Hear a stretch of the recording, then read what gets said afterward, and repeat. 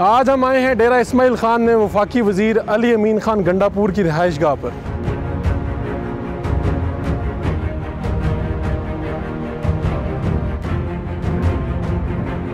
इनका लाइफस्टाइल कैसा है और ये सियासत में आए कैसे? आप ये बताइए कि आपके पास तो बड़े महंगे महंगे घोड़े हैं, आपका ज़रिया माश क्या है? कभी कभी समझते नहीं है कि तुम दो तेज बयान दे जाते हैं। एक्शन एंड रिएक्शन होता है, जब कोई ज़्यादा एक्शन करे तो मैं उसको रिएक्शन भी ऐसा देता हूँ। उर्दू पॉइंट की वीडियोस देखने के लिए हमारा चैनल सब्सक्राइब कीजिए और बेल के आइकन पर क्लिक कीजिए ताकि आप हमारी तमाम आने वाली वीडियोस से बाखबर रह सकें।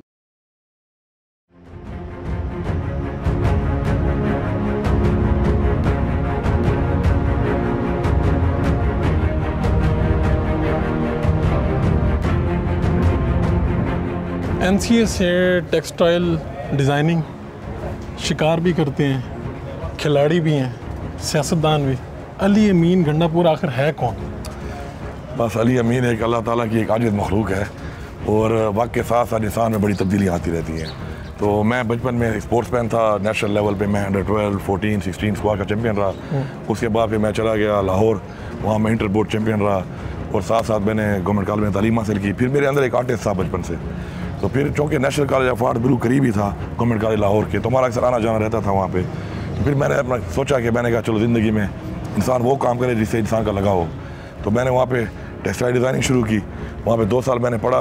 तो उसके बाद फिर मैंने शिफ्ट कर लिया अपने कैडेट्स पाकिस्तान को फैशन डिज़ाइन में। टेक्सटाइल डिज़ाइन थोड़ा सा मुझे लग रहा था बोरिंग, इसलिए कि वो 3D नहीं था, सिर्फ आपने डिज़ाइन बनाने होते थे। मेरा ये शौक़ था कि मैं 3D में डिज़ाइन के साथ उसका जो है पूरा आउटफिट भी बनाऊँ। फिर वहाँ चला गया, वहाँ पढ़ते रहे इंशाल्लाह। उसके बाद भी करनी तो पॉलिटिक्स थी, क्योंकि मेरे अंदर एक जज्बा था कि मैं अपने लोगों की खिदमत करूँ, क्योंकि मैं अक्सर देखता था अपने एरिया में कि हमारा एरिया बैकवर्ड है। फिर जब मैं लाहौर में पढ़ रहा था तो वहाँ पे अक्सर दोस्त जब फिरते थे हम कहीं पे, तो वहाँ पे अक्सर कुछ ऐसे लोग होते थे जो कोई चीज़ देख रहे होते थे, फ़ोटो निकालते थे। तो हमारे उधर दोस्त कह रहे थे कि यार ये पेंडू आए हुए हैं। तो मुझे अक्सर लगता था कि शायद मेरे इलाके वाले हैं इनमें। तो मुझे बड़ी एक कमी फील होती थी कि यार आखिर क्यों हमारे लोग इतने बैकवर्ड हैं कि वो ऐसी हरकतें करते हैं इन बड़े शहरों में आकर कि शहरी लोगों के बारे में ये कहते हैं। तो मेरे शहर में भी ऐसी चीज़ें होनी चाहिए। फिर मैंने एक अपनी पार्टी बना ली 2002 में। फिर तकरीबन 4-5 साल तक मैंने वो पार्टी चलाई अपनी। मेरे जो दोस्त थे, मेरे क्लास फेलो जो रहे, क्योंकि मैं जब इन कॉलेज में पढ़ता रहा तो वहाँ पूरे पाकिस्तान के लोग होते थे, उनको मैंने साथ एंगेज किया। और माशाल्लाह मेरा हर सूबे में सदर भी था, जनरल सेक्रेटरी भी थे, काबीना भी थे हमारे। क्या नाम था पार्टी? मेरी पार्टी का मैंने नाम रखा था पीपल्स पार्टी। पीपल्स पार्टी जी। इस पीपल्स पार्टी के मुकाबले में मुकाबले में नहीं थी, अवामी पार्टी बेसिकली नाम था कि अवाम की पार्टी। तो उसमें जो है उसके बाद फिर मैंने फिर जब 2008 में फिर मैंने तहरीक इंसाफ को ज्वाइन कर लिया। तहरीक इंसाफ मैंने ज्वाइन की क्योंकि जो मकसद मेरा था वो इमरान खान उसको बड़े लेवल पे कर रहा था। फिर खान साहब से मेरी मुलाकात हुई, फिर मैं तहरीक इंसाफ पे आ गया। फिर 2008 के इलेक्शन में हमने बाइकआउट कर लिया पार्टी ने, तो इलेक्शन नहीं लड़ा। 2013 में पहला इलेक्शन मैंने लड़ा, अल्लाह ने कामयाबी दी। और फिर मैंने वो जो मेरी सोच थी अपने एरिया के मुताबिक, उससे मैंने वो काम शुरू किया जो हमें बता रहे थे कि जी पिछले 50 साल से लोग यही वादे करते हैं, पूरा नहीं करते। जिसमें नकासी हो गई, सैनिटेशन डी खान की, हमारे बिजली के मसाइल, इंफ्रास्ट्रक्चर के मसाइल, इसके अलावा हमारे एरिया में पार्क नहीं थे, स्टेडियम्स नहीं थे, ग्राउंड नहीं थे। तो उन सब पे फिर मैंने माशाल्लाह एक थॉरोली हर सेक्टर में काम किया। और उसका 5 साल में लोगों को ऐसा रिजल्ट नज़र आया कि जब मैंने दूसरा इलेक्शन लड़ा तो बाकी एरियाज़ के लोगों ने मुझे इसलिए वोट दिया कि डी खान उनके सामने एक मॉडल पड़ा हुआ था। आपने घर में कबूतर, घोड़े, गाड़ियाँ, ये क्या आपका असल शौक़ कौन सा है? ये सारे शौक़ आपके हैं, कितना वक्त देते हैं इनको, इन चीज़ों को? घोड़े तो खैर मुझे जो है ना, जो कहते हैं ना कि आपका एक होता है ना एक जुनून, बेसिक जुनून होता है। और इंसान की लाइफ को 3 चीज़ों में आप एवेल्यूएट किया करें जो चेंज नहीं हो सकती कभी। वो एक इंसान की आदत है, ठीक है, उसको ओवरकम इंसान कर लेता है लेकिन ख़त्म नहीं कर सकता। एक इंसान का शौक़, चाहे आपके पास हैसियत ना भी हो ना पूरा करने की, लेकिन आपका दिल करता है। अगर किसी को गाड़ियों का शौक़ है, वो गाड़ी ले नहीं सकता लेकिन गाड़ी अट्रैक्ट करती है उसको। और एक आपकी जो तरबियत है, वो जो आपकी हो गई वो दोबारा बचपन में जा नहीं सकते कि दोबारा तरबियत हो आपकी। इसी में बंदे की ज़िंदगी का एनालिसिस आप कर सकते हैं।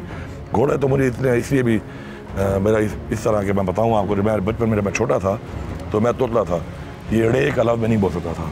तो मुझे वाले साहब ने कहा, जो पहला लफ्ज़ सिखाया बचपन में, तो उन्होंने मुझे ऊपर से कहा कि अड़ा इस तरह ना ऐसी ज़बान मारो। फिर उन्होंने मुझे कहा कि तुम अगर घोड़ा बोलोगे मैं तुम्हें घोड़ा लेके दूँगा। तो मैंने जो पहला लफ्ज़ अड़े वाला बोला है वो घोड़ा ही बोला है। तो वाले साहब ने घोड़ा लेके नहीं दिया उस वक्त, तो वैसे भी हम बाहर पढ़ते थे उस वक्त, तो नहीं मिला घोड़ा उस वक्त। लेकिन फिर जब मैं जो डी खान में आ गया और एक स्टेबल लाइफ डिसाइड कर ली कि यहीं पे ही रहना है, फिर घोड़ों का शो रखा हुआ है। और अल्लाह ताला वैसे भी कहते हैं कि अल्लाह ताला किसी खुश होता है तो घोड़ा देता है, ज़्यादा खुश होता है तो और देता है। अल्लाह बस दिए जा रहा है। कितने घोड़े आपके पास? बहुत सारे जो घोड़े मेरे सारे डिक्लेयर्ड हैं, और अब तो मेरे पास घोड़े माशाल्लाह इसलिए ज़्यादा हो गए हैं क्योंकि अपने जो मेरे पास घोड़ियाँ हैं अपनी, ये यहाँ पे तो मैंने सिर्फ घोड़े पाले हुए हैं, मेरे फार्म पे सारी मेरे पास घोड़ियाँ हैं माशाल्लाह। घोड़ियाँ बहुत ज़्यादा हैं, तो उनसे अपने बच्चे आते रहते हैं, कुछ खुद पाल लेता हूँ, कुछ दोस्तों को गिफ्ट कर देता हूँ। कितने होंगे कुल, अगर यहाँ के और वहाँ के सारे मिला के कितने होंगे? अभी इस वक्त मेरे पास लगभग मेरे ख्याल में हैं बच्चे और जो घोड़ियाँ मेरे पास खड़ी हैं तकरीबन कोई 35 घोड़ियाँ और बच्चे मेरे पास हैं अपने, होम ब्रीड है। और नर घोड़े जो मेरे पास माशाल्लाह हैं और अपने जो बच्चे तैयार हो रहे हैं अब, ये तकरीबन मेरे ख्याल में 26 हैं 27 हैं, एग्जैक्ट फिगर मुझे याद नहीं है। ये सब यहाँ से हैं कि कुछ मंगवाए भी किसी और बाहर से भी? कुछ इंपोर्ट भी किए हैं, थारोब्रेड भी हैं, स्पेनिश भी हैं, अरब भी हैं, और देसी निज़ाबादी वाले जो हमारे हैं। और पाकिस्तान की इतनी अच्छी ब्लड लाइन है ना जो पाकिस्तान में निज़ाबादी में अपनी गेम में, तो वो सारी ब्लड लाइन्स का मैंने जो है वो एक मजमूआ इकट्ठा किया हुआ है। तो जब सियासत में इस तरह से मसरूफ़ नहीं थे तब फिर इनको भरपूर टाइम देते थे? नहीं, उस वक्त भी इतना टाइम था नहीं, सियासत में तो फिर इन्वॉल्व थे ही, लेकिन ये उस ज़माने में ये होता था कि पाकिस्तान में तकरीबन साल में 10, 12, 15 मेले हम लोग पार्टिसिपेट कर लेते थे।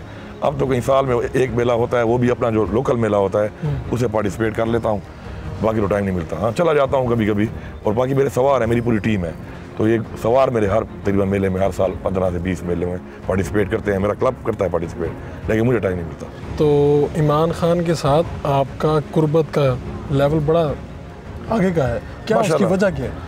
देखिए जी, इमरान खान की अब टीम का हिस्सा है, हम उसके वर्कर की तरह काम करते हैं। जब से मैंने ये पार्टी ज्वाइन की है, ये वज़ीरिस्तान मार्च पहले हुई थी, उस वक्त तो हमारी हुकूमत भी नहीं थी कहीं पर, उसमें मैं होस्ट था पूरी वज़ीरिस्तान मार्च का, बहुत बड़ा स्टेप था। उसके बाद जो है फिर जो भी जलसा होता था, जो भी प्रोग्राम कहीं पर भी हो, पाकिस्तान के किसी कोने में हो, तो हमारा एक ये था कि साउथ रीजन से हमारा काफिला जरूर जाता था। तो चूँकि मैंने आपको बताया कि मैं अपनी जुनूनी आदमी हूँ, मैं जो काम भी करता हूँ जुनून के साथ करता हूँ, तो एज फ्रंट लाइनर हमने हमेशा मुकाबला किया, और फिर हर पे तो कोई धरना कोई भी बात हुई तो चाहे मैं मिनिस्टर था या उससे पहले भी, तो फ्रंट लाइन पे हमेशा मैंने फाइट किया और हुकूमत बनाई। बड़े इल्ज़ाम आए, एक वीडियो भी आई पैसों वाली, अब वाकई लोगों में पैसे बांट रहे थे इलेक्शन के लिए? नहीं, वो तो खैर से वही मैं कहता हूँ ना कि मतलब ये कुछ ऐसी चीज़ें आ जाती हैं ना कि फिर उसका जब जवाब आप देते हैं तो वो कोई जवाब, सवाल करने वाले वो जवाब सुनते भी नहीं हैं। उसमें हुआ ये था कि वो जो वाक़या था उसमें 1 महीना पहले वहाँ पर उधर एक रोड टूट गया था, जिसकी वजह से 2 बच्चे, नौजवान 2 बच्चे शहीद हो गए थे। तो जब मैं वहाँ पे गया तो मेरा जलसा वहाँ पे था, मेरा वहाँ प्लान भी नहीं था जाने का, तो मेरा जलसा था वहाँ पर एक जगह पे। तो वहाँ पे कुछ ख़वातीन और लोग मेरे पास जलसे के बाद आए कि आप हमारे पास चक्कर लगाएं, वहाँ पे हमारे साथ जुल्म हुआ है और हमारे मज़ीद भी ख़तरा है कि हमारे और लोग भी यहाँ पे नुकसान ना हो हमारा।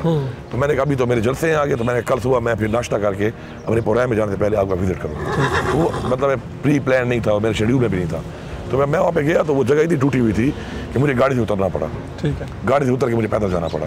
जब मैंने हालात देखे उनके और मजबूरी देखी, तो मैंने इंसानी हमदर्दी के तहत मैंने उनको पैसे, मुझे याद भी नहीं जेब में कितने पैसे मेरे थे उस वक्त, मैंने उनको दे दिए। उनके सामने वो क्रश प्लांट लगा हुआ था। तो मैंने जब क्रश प्लांट सामने देखा तो मैंने कहा चलो इतना काम इनका हो जाए कि एटलीस्ट आर्जी तौर पे काम कर लें। वो आप अपनी ज़ाती जेब से? जी, वो तो मैंने ज़ाती जेब से उनको दिए, ना उनसे मैंने कोई वादा लिया। मैंने उनसे ये कहा कि यार आपको ये मैं दे रहा हूँ, आपके नुकसान को देख करके जब तक मैं आपको रोड बना के नहीं देता हूँ, और इंशाल्लाह हमारी हुकूमत आएगी हम बनाएंगे, हम तो जा ही नहीं सकते, रास्ता ही बंद है हमारा। तो उसको उसने गलत एक्सप्लॉइट किया, नहीं करना चाहिए इस तरह। कभी कभी समझते नहीं है कि थोड़ा सा क्रीज से आगे निकल के आप खेल जाते हैं, तुम दो तेज बयान ऐसे दे जाते हैं। मिसाल के तौर पे आपके बच्चे की वीडियो वायरल होती है गाड़ी चलाते हुए, तो आपने कहा तुम्हें क्या है, ये मेरी अपनी ज़मीन है, मेरी अपनी गाड़ी, मेरा अपना बच्चा है। हाँ, देखिए उसमें मैंने 2 बयान दिए। हाँ, जब एक बंदा मैंने आपको बताया ना कि मेरा वो एक्शन एंड रिएक्शन होता है, जब कोई ज़्यादा एक्शन करे तो मैं उसको रिएक्शन भी ऐसा देता हूँ। वो एक जो साफ़ी ने जिस तरीके से उस बात को किया तो मुझे उसने मज़ा नहीं दिया, क्योंकि वैसे अगर वो उसने मुझे कहा कानून तोड़ा है इसने, कानून मैंने नहीं तोड़ा था। तो मैंने फिर कानून की तरफ चला गया कि हाँ ठीक है कानून तोड़ा है तो मुझे कानून पढ़ा के बता दो आप। लेकिन जब मुझे उन्होंने दोबारा फिर साफ़ी ने सवाल किया इसी बात के ऊपर, पादरी तरीके से पूछा मुझसे कि जी इसे और लोगों के बच्चे भी जिद करके ये कर सकते हैं, तो मैंने उस वक्त एक्सक्यूज़ भी किया, माजरत भी की। हर एक के साथ वैसे ही खेलता हूँ, आजिज़ है तो मैं आजिज़ हूँ, मुझसे बड़ा आजिज़ नहीं है।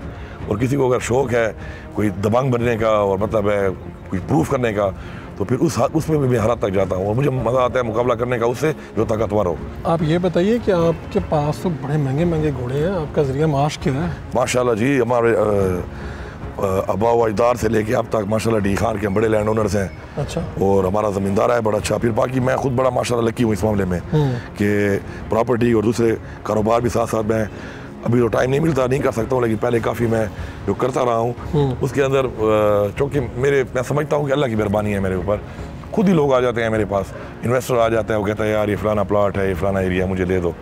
हालांकि तो ऐसा भी हुआ है कि जिस बंदे का वो है मैं उसको जानता भी नहीं हूँ, या तो हो ना कोई आपका जानने वाला और कोई आपको कह दे आकर, फिर मैं बंदे को ढूंढता हूँ कि भाई उसका मालिक है कौन, तो वो भी माशाल्लाह ट्रस्ट कर लेते हैं, वो भी कर लेते हैं, उससे भी माशाल्लाह काफ़ी मुझे अच्छे पैसे काफ़ी बन जाते। रियल स्टेट में मैं दोस्तों के साथ इन्वेस्टमेंट काफ़ी अर्से से कर रहा हूँ, खुद नहीं करता हूँ काम, लेकिन टाइम नहीं होता, लेकिन अपना जो ज़मीनों से जो पैसा आता है, जो अपनी आमदन आती है, उसको आगे फिर इन्वेस्ट कर लेता हूँ। तो एक वफाकी वज़ीर की तनख्वाह कितनी होती है? तनख्वाह इस वक्त जो हमें मिल रही है वो अकाउंट में जो आती है वो एक घर भर का जो एक कटौती कर लेते हैं, तो वैसे 2,31,000 रुपये तो बहुत कम तनख्वाह बहुत कम है।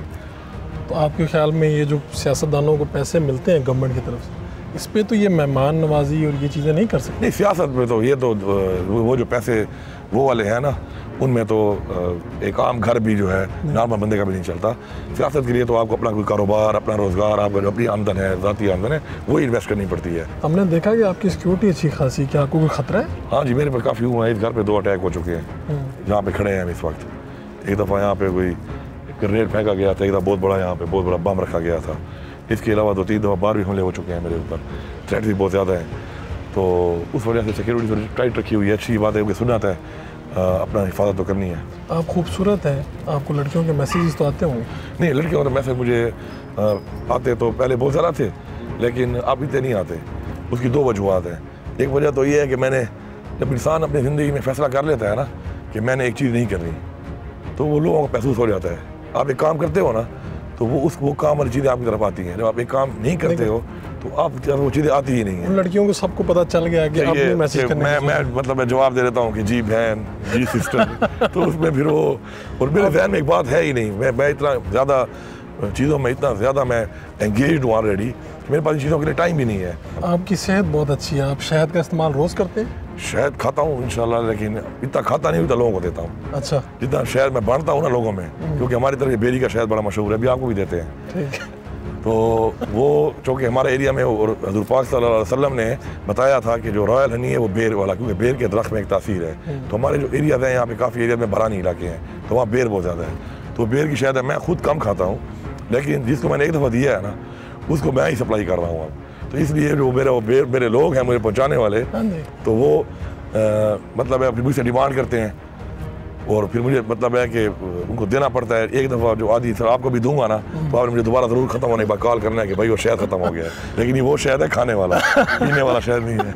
अच्छा, आखिरी बात, ये आपने मशवरा दिया कि यार 100 दाने अगर आप इस्तेमाल करते हैं चीनी के तो 9 दाने कर दें, ये मशवरे आते कहाँ से हैं, कौन देता है? और इसके बाद खान साहब गुस्सा नहीं करती? क्या बयान दिया आपने? नहीं, देखिए मेरी बात सुने, मैंने इन्फ्लेशन का 9% बताया कि 9% इन्फ्लेशन का मतलब ये है कि आपकी 9% इन्फ्लेशन अगर हुई है, तो अगर आप 100 दाने डाल रहे हैं चीनी के, तो उसमें यूँ समझ लें कि आपको महंगाई की वजह से 9 दाने आपको एक्स्ट्रा पे करने पड़ रहे हैं। तो आप 9 दाने कम खाना शुरू कर दो। अब ये नहीं था कि मैंने नहीं कहा गिनो, अब मैं 2 चम्मच यूज़ करता था, अब मैं 1 चम्मच यूज़ करता हूँ। महंगाई की वजह से नहीं, मैंने फील किया कि अभी चाय मुझे इतनी मीठी लगती है, ये फैक्ट है। अगर आप 3-4 दिन अपने आप को एक आदी कर लें, आप कहवा पीते हैं, आप उसमें 2 चम्मच डालें, आप 3-4 दिन 1 चम्मच डालना शुरू कर दें, तो आपको वही टेस्ट आना है और आपका जो शुगर लेवल है उसी लेवल पे आ जाना है। इसी तरह मैंने जो बात की 9 निवालों वाली, तो वो भी यही था कि 9% की इन्फ्लेशन हुई है, तो अगर मैं 100 निवाले खाता हूँ तो 9 निवाले अगर मैं कम खाऊंगा तो मतलब वो इन्फ्लेशन के साथ मैंने रैशनलाइज किया है उसको। मेरा मतलब ये नहीं था कि आप चीनी के दाने गिनो, जिस तरह वीडियो मुझे भेजी 1-2, उसने कहा दाने मोटे कर दो यार, ये गिने नहीं जाते, वो तो फिर मजाक बन जाता है। लेकिन उस बात का जो मकसद था वो ये था कि इस्लाम के फ़िरोग के लिए जब हमारे रसूल पाक सल्लल्लाहु अलैहि वसल्लम जैसी हस्ती ने जंग के दौरान अपनी पेट में पत्थर बांधे, और हम चाहते हैं कि हम खुद मुख्तार हों, हमारी गैरत, हमारी कौमी गैरत, हमारी इस्लामी गैरत, हमारी बहुत सी चीज़ें, हमारे फैसले हम खुद करें। जब हम इतनी बड़ी कौम बनना चाहते हैं तो ऐसी कौम में बनने के लिए कुर्बानी देनी पड़ती है। अभी मेरी बीवी जो है वो जनरेटर पे ऐसे नहीं लगाती है, क्यों कहती है बच्चों को आदी करना चाहिए इस चीज़ का कि इतने भी नहीं कि हर वक्त ऐसी लगाओ उनको। तो आप जैसे अपने आप इमरान खान साहब जो हैं, इमरान खान से कमरे का टेम्परेचर कभी 25 से ऊपर नहीं करते हो, उन्हें अपने आप को आदी किया हुआ है। आप उनके कमरे में जाओगे आपको पसीने आएंगे, आपको गर्मी लगना शुरू होगी, उसको नहीं लगती क्योंकि उसने अपने आप को एडजस्ट किया हुआ है। तो आपकी बॉडी के साथ अपने आप को एडजस्ट करना है आपने, तो वो आपको करना चाहिए। क्योंकि देखिए ऐसा कौम अगर हमने आगे जाना है तो छोटी मोटी चीज़ों पर ठीक है, महंगाई तो मैं मानता हूँ है, लेकिन महंगाई की वजूहत जो लोग हैं धरने भी वो दे रहे हैं। अपने ऊपर जो तनकीद आपके ऊपर बहुत ज़्यादा लोग करते हैं, उनसे कोई ऐसी बात करना चाहेंगे कि यार ये तो मेरे अंदर है ही नहीं, आप मुझे ऐसी बुरा समझते हैं, कुछ कहना चाहेंगे उनसे? जी बिल्कुल, मैं कहना चाहूँगा, बात यह है हमेशा इंसान को जो है पॉजिटिव सोचना चाहिए। मैं ये कहूँगा, अगर मेरा ये बिलीफ है कि अगर कोई इंसान है, कोई भी इंसान है, उसमें अगर 10 खामियाँ हैं और एक खूबी है, अगर लोग उसकी उस खूबी के ऊपर उसकी तारीफ़ करेंगे तो शायद 10 खामियाँ छोड़ दें अपनी। मेरा ये बिलीफ है। इसलिए दुनिया में कोई भी अगर इंसान होता है, आप उसको अच्छा इंसान अगर बनाना चाहते हैं, एक तो ना छिड़ने वाली बातें हैं या शुगर मिल है, वो तो अलग है, लेकिन अगर आपने एक बंदे की, आप चाहते हैं कि एक बंदे की इस्लाह हो जाए, तो मेरे ख्याल में उसका इस्लाह का मेरे नज़दीक ये है कि आप उस बंदे की जो एक खूबी है, उस खूबी की उसको बात करें, उस खूबी की तारीफ़ करें, तो वो अपनी उस खूबी की तरफ तारीफ़ सुनेगा तो वो उसकी तरफ जाएगा और अपनी वो खामियाँ छोड़कर बेहतर, अगर आपने इस्लाह करनी है, और इस्लाह करनी चाहिए लोगों की, हमारा ये इंसानी फ़र्ज़ बनता है कि हम लोगों की इस्लाह करें। कोई भी माँ के पेट से अच्छा है बुरा पैदा नहीं होता, कोई भी आदर अपने साथ लेके नहीं आता, इस दुनिया में बनाता है। अगर हम किसी की इस्लाह कर सकते हैं और इस्लाह कर लें तो मेरे ख्याल में ये भी एक बहुत बड़ा जिहाद है कि आप लोगों की इंसानियत की इस्लाह करें जिससे इंसानियत को फ़ायदा हो। आपका बहुत बहुत शुक्रिया।